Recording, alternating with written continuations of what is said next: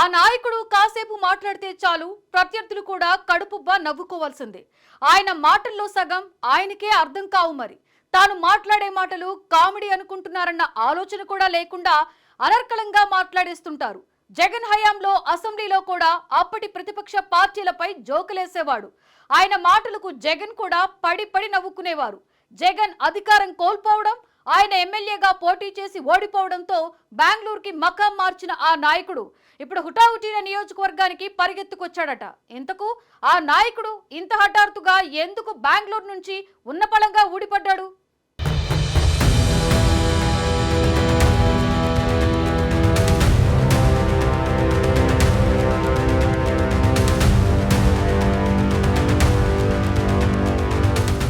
బియ్యపు మధుసూదన్ రెడ్డి.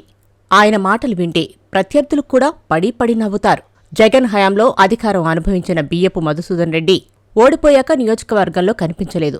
ఆయనొక్కడే కాదు, జగన్ సీఎంగా ఉన్న 5 ఏళ్లలో పదవులు అనుభవించిన వారు ఎవరూ కూడా పార్టీ కష్టాల్లో ఉన్న సమయంలో బయటకు రావడం లేదు. కూటమి ప్రభుత్వం జగన్ హయాంలో తప్పు చేసిన వారి తాట తీస్తోంది. అయితే అక్రమ కేసులు అని, రెడ్ బుక్ పాలన అని వైసీపీ నేతలు విమర్శలు చేస్తున్నా నియోజకవర్గాల్లో క్యాడర్కు అండగా ఉండేందుకు మాత్రం జంకుతున్నారు. శ్రీకాళహస్తి నియోజకవర్గంలో కూడా సేమ్ సిచ్యువేషన్. అయితే ఇప్పుడు ఆయన బెంగళూరు నుంచి హుటాహుటిన నియోజకవర్గానికి పరిగెత్తుకు రావడం చర్చనీయాంశంగా మారింది.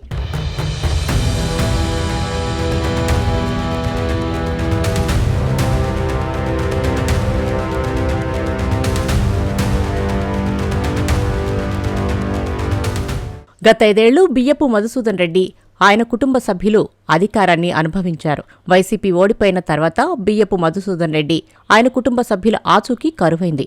శ్రీకాళహస్తి నియోజకవర్గంలో వైసీపీ ద్వితీయ శ్రేణి నాయకులు, కార్యకర్తలకు కష్టమొస్తే ఎవరి దగ్గరికెళ్లాలో అర్థం కాని అయోమయ స్థితి నెలకొంది. బియ్యపు మధుసూదన్ రెడ్డి స్థానికంగా ఉండడం లేదు. ఇప్పటివరకు ఆయన ఎవరికీ కనిపించకుండా, ఎక్కడున్నారో తెలియకుండా అజ్ఞాత జీవితం గడుపుతుండటంతో బియ్యపు మధుసూదన్ రెడ్డి రాజకీయ సన్యాసం తీసుకున్నారని చర్చ కూడా జరుగుతోంది.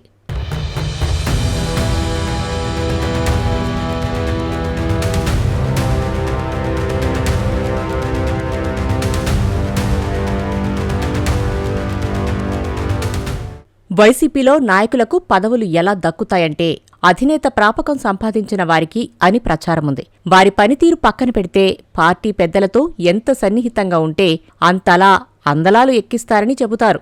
అలా అనేక మంది వైసీపీ అధికారంలో ఉన్నప్పుడు అధికార పదవులు అందుకున్నారు. ఆనాడు బిగ్ సౌండ్ చేశారు. ఎప్పుడైతే వైసీపీ 151 సీట్ల నుంచి ఏకంగా 11 సీట్లకు పడిపోయిందో నాటి నుంచే ఫ్యాన్ పార్టీ నేతలు ఫుల్ సైలెంట్ అయ్యారు.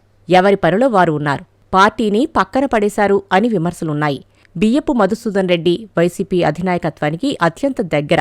వైసీపీ రక్తమే తమదని ఆ కుటుంబం చెప్పుకుంటూ వచ్చింది. ఆయనతో పాటు ఏకంగా కుటుంబం మొత్తం ఆనాడు అధికారాన్ని అనుభవించారు. అయితే అక్కడ టీడీపీ నుంచి ఎమ్మెల్యేగా బొజ్జల సుధీర్ రెడ్డి ఉన్నారు. అధికారం అండతో టీడీపీ దూకుడు చేస్తోంది. దాంతో వైసీపీ నాయకులు కలవరపడుతున్నారు. ఈ సంక్లిష్ట సమయంలో మేమున్నామని చెప్పేవారు కరువయ్యారని అంటున్నారు.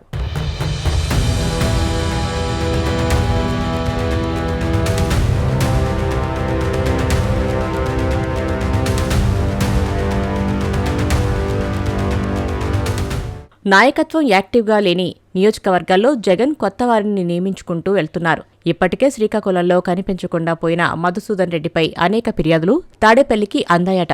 దీంతో తనను కూడా తప్పిస్తారన్న భయమో ఏమో తెలియదుగాని మధుసూదన్ రెడ్డి బెంగళూరు నుంచి పరిగెత్తుకుంటూ శ్రీకాకుళానికి వచ్చాడట. బియ్యపు మధుసూదన్ రెడ్డి నియోజకవర్గంలోకి ఎంట్రీ ఇవ్వడమే కాదు, ఇక పూర్తి స్థాయిలో ప్రజలకు అండగా ఉంటారని కూడా ఆయన చెప్పుకొచ్చారు.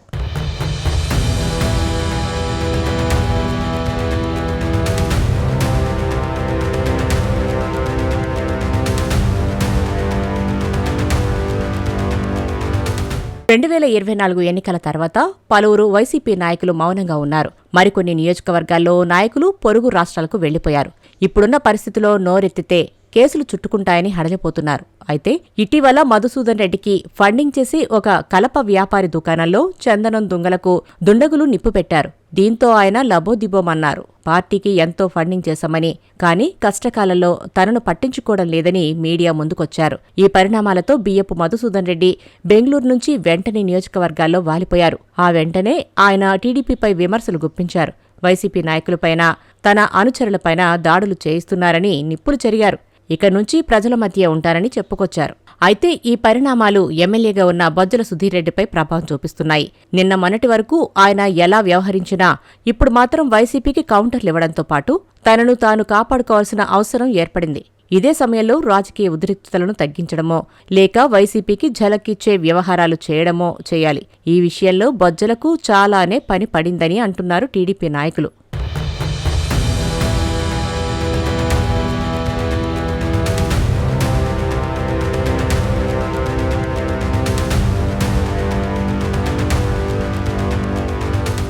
మధుసూదన్ రెడ్డి మళ్లీ యాక్టివ్ అవుతారని చెబుతున్నా గతంలో మాదిరిగా నోటి దురుసు చూపిస్తే మాత్రం ఆయన్ను జైలుకు ఎత్తుకెళ్లడం ఖాయమన్న వాదన వినిపిస్తుంది. గతంలో చంద్రబాబు, లోకేష్తో పాటు వారి కుటుంబ సభ్యులపై కూడా తీవ్ర విమర్శలు చేశారు మధుసూదన్ రెడ్డి.